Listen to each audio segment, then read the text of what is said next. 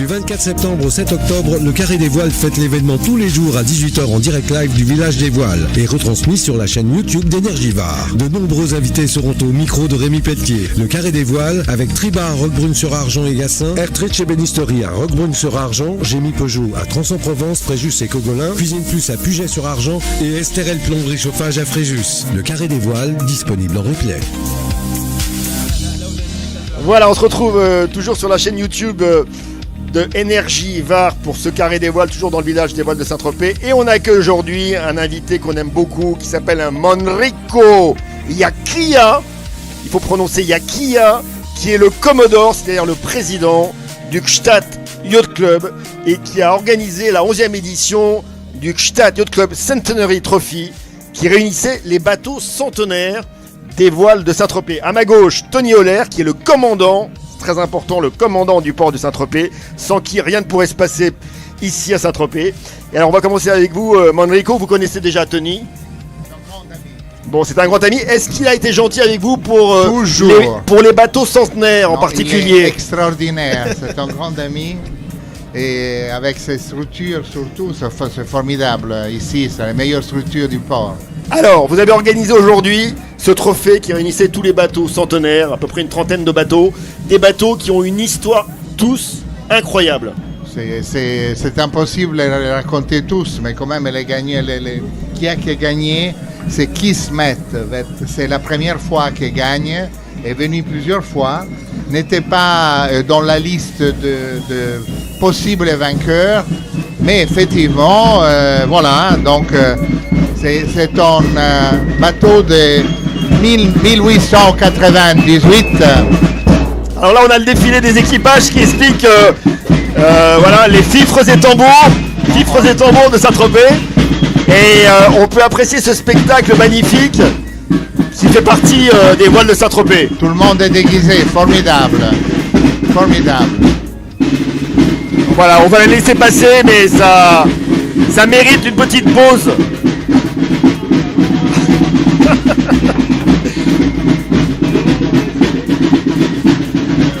C'est magnifique. Voilà, ils repartent, il y a des pirates, ils ont des marinières. Il y a des filles très belles. Ah, il y a de très belles filles à Saint-Tropez. Oui, ça, c'est déjà... Absolument. Alors, Manrico, donc, le bateau vainqueur, on répète son nom. Il s'appelle Kismet. C'était un bateau de 1898. L'architecte, c'est William Fife, très connu. L'Écossais William Fife. Et ils ont déjà participé en 2018 et 2019, mais n'ont jamais gagné. Et aujourd'hui, ils ont pris le vent, ils avaient les bonnes conditions et ils ont pratiquement détruit toute la flotte. D'accord. Alors, juste quelques mots. Pourquoi est-ce qu'il y a un yacht club à Gstaad? Il faut expliquer aux gens. On est dans les montagnes. Comment est-ce qu'on fait? On organise un yacht club dans les montagnes. Il y a des différentes histoires. Je peux vous raconter l'histoire à l'italienne. Et donc, il y a 24 ans et 6 mois, à l'hôtel Holden, dans le centre de Paris, de Gstaad, pardon, il y a eu 10 gentlemen, dont les kings de Grèce, Constantin, le roi de Grèce, le roi de Grèce qui avait gagné la médaille d'or aux Jeux Olympiques, Bernie Eccleston, George Nichols de Camper Nichols, 10 gentlemen, fanatiques de voile. Et je n'étais pas là parce que j'ai travaillé comme un chien à l'époque, il y a 24 ans. Mais quand même, il me semble d'avoir compris qu'ils ont un petit peu peut-être bu, ou étaient quand même enthousiastes. Et donc, à la fin, ils ont dit, bon, on veut faire un club où il n'y a pas un lac, une rivière, un océan, une mer. Donc, dans un mois, chacun de nous, on amène 10 copains avec des gros chèques. Si tout le monde est là, on fait un club. Un mois après, il y avait un bateau, un arpège en face à l'Holden, avec 100 personnes. Et donc, le club a commencé. C'est génial. Fantastique. Maintenant, on va fêter 25 ans le 28 février prochain. On a 450 membres de 43 nationalités. C'est ça, parce que l'autre jour, j'ai rencontré un Mexicain notamment qui est membre de votre club. C'est mon vice-président, Alejandro Danhaus. Et donc, 43 nationalités fantastiques. et Cindy Schoenrich, qui est la directrice générale, organise 80 événements par an, et donc des régates, et plein d'autres. Et donc vous vous êtes rapproché de la Société Nautique de Saint-Tropez quand Tony Honner était président, ou c'était avant? Avant, mais Tony a tout de suite mis beaucoup d'huile dans les engrenages. Il aime bien mettre de l'huile dans les rouages en général. Oui. Non, mais c'est vraiment un ami qui a contribué beaucoup à notre image ici. Donc, merci. Et alors, donc, les voiles de Saint-Tropez, pour vous, c'est un événement sur lequel il faut être présent avec votre club. C'est l'événement le principal, parce que quand même, après 11 ans, on est quand même une petite humble institution quand même. Donc, génial. C'est sympathique. Merci beaucoup, Monrico. Alors, Tony, quelques mots sur les voiles de Saint-Tropez 2022. Ça a bien démarré. On a eu un petit peu de Mistral. Vous avez pu gérer justement ce petit coup de vent. Il fallait quand même préserver un peu ces bateaux, parfois d'une autre époque. Oui, ça a été assez compliqué, mais on a pu compter sur nos équipes qui ont l'habitude de ces conditions. Et tout s'est très bien passé. Une annulation une journée. Le lendemain, tous les modernes ont pu être lancés et certains classiques ont pu sortir. Une demi-heure avant le départ, ça a été annulé parce que les conditions étaient vraiment trop fortes. Donc on va éviter de casser les bateaux qui sont des monuments historiques quasiment. Et l'organisation, le comité de course a préféré annuler et ils ont bien fait. Donc vous connaissez par cœur l'événement parce que vous avez été, on l'a rappelé, le président de la Société Nautique de Saint-Tropez qui est l'organisateur des voiles de Saint-Tropez. Déjà, qu'est-ce qu'on peut dire sur l'évolution de l'événement ces dernières années? C'est une évolution naturelle, tout est de plus en plus fluide. Vous avez encore des difficultés à gérer, c'est compliqué, comment ça se passe? Non, il n'y a pas de difficulté majeure, la seule difficulté est météorologique.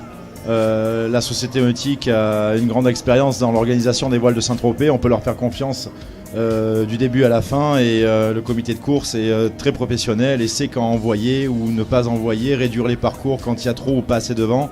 Donc là-dessus, on est vraiment tranquille.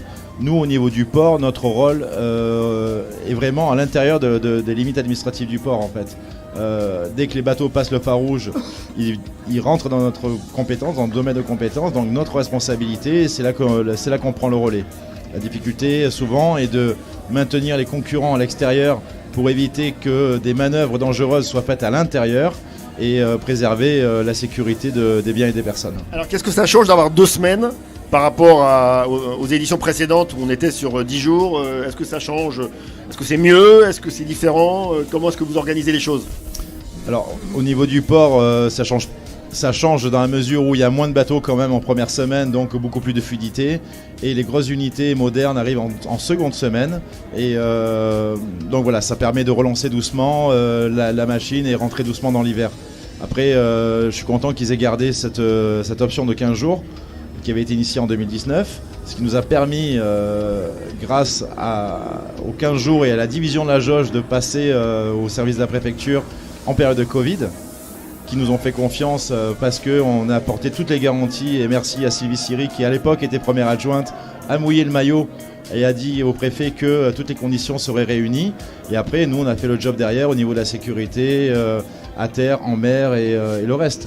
Mais voilà, l'édition sur 15 jours est beaucoup plus lisse et c'est plus sympa. Donc vous êtes le commandant du port, juste quelques mots sur votre équipe, l'organisation de l'équipe, sont des gens expérimentés qui sont là depuis longtemps, ils travaillent 7 jours sur 7, comment ça marche? Alors, à l'année, on est 27 personnes. En période d'hiver, on est ouvert tous les jours, de 8h à 18h. Avec une pause de midi à 14h. Dès que Pâques arrive, donc aux alentours du 15 avril, on est ouvert tous les jours, 24h sur 24. Donc la journée, bien entendu, on accueille les plaisanciers. Le soir, il y a une astreinte du plan d'eau, de la technique, plus un veilleur de nuit et une sécurité. Donc ça fait quand même beaucoup de personnes et on monte à 51 personnes. L'année prochaine, on va renforcer les équipes en sécurité et également en nettoyage, entretien et tout ça. Et on va pousser, je pense, aux alentours de 65 personnes l'année prochaine, en saison. Allez, dernière question. L'été, il y a plutôt des motor-yachts. Là, on est voile 100%. Le port change de physionomie. Il n'a plus rien à voir. Du mois d'octobre jusqu'au mois de juillet, ce sont 2 temps différents. Oui, ce sont deux temps différents. Il y a un temps, excusez-moi l'expression, mais pour le business, parce que quand même le port doit dégager de l'argent avec un plan d'investissement à hauteur de 17 millions d'euros sur les 4 prochaines années, donc ça fait beaucoup d'argent. Il faut savoir qu'on est en autofinancement quand même, hein, on n'a pas de crédit. Et la semaine des voiles vient couronner la saison, pardon, et on finit la saison estivale sur une bonne note festive et magnifique. Le port pour moi est le plus beau comme ça, avec ses classiques dans le port. C'est la plus belle semaine pour moi. Merci beaucoup Tony. Allez, dernière question, Manrico, il y a quoi pour le vainqueur du Gstaad Trophy Centenary? Vous faites une fête, vous allez festoyer, comment ça se passe? Il y a la remise des prix à la bouillabaisse ce soir. Et il y aura pas mal d'équipages. Il y a évidemment les gagnants qui a gagné. Il y a mon ami Tony. Tony Oler. Madame la maire a été invitée. Et enfin, il y a toutes les conditions pour fêter cette fantastique trophée. Et vous avez organisé, je crois, une projection, c'était hier, avec notamment après de la raclette. Oui, alors hier était la nouvelle idée parce qu'on voulait être beaucoup plus, je ne vais pas entrer dans la politique, mais beaucoup plus démocratique. Donc on a invité tous les équipages de tous les bateaux au cinéma que la mairie nous a quand même prêté, voilà. Et donc la mairie est très généreuse. Très généreuse et j'aime bien remercier officiellement parce que c'était quand même une manifestation. On a eu 250 marins. C'était une demi-heure de projection donc les plus belles images. Oui, les plus belles images de l'année dernière. Et après, étant donné que c'est un club suisse, il y avait la raclette, il y avait les saucissons et du bon vin. Très bien, merci beaucoup Manrico. Il y a Kia, Commodore du Gstaad Yacht Club. Merci Tony de nous avoir rejoints au dernier moment, mais à chaque fois on sait qu'on peut compter sur Tony Oler. Et on se retrouve dès demain pour la suite du Carré des Voiles sur Energivar. Merci à tous. Merci beaucoup. Du 24 septembre au 7 octobre, le Carré des Voiles fête l'événement tous les jours à 18h en direct live du village des Voiles et retransmis sur la chaîne YouTube d'Energivar. De nombreux invités seront au micro de Rémi Pelletier. Le Carré des Voiles avec Triba à Roquebrune-sur-Argent et Gassin, Ertrecht chez Bénisterie à Roquebrune-sur-Argent, Gémy Peugeot à Trans-en-Provence, Fréjus et Cogolin, Cuisine Plus à Puget-sur-Argent et Esterel Plomberie Chauffage à Fréjus. Le Carré des Voiles, disponible en replay.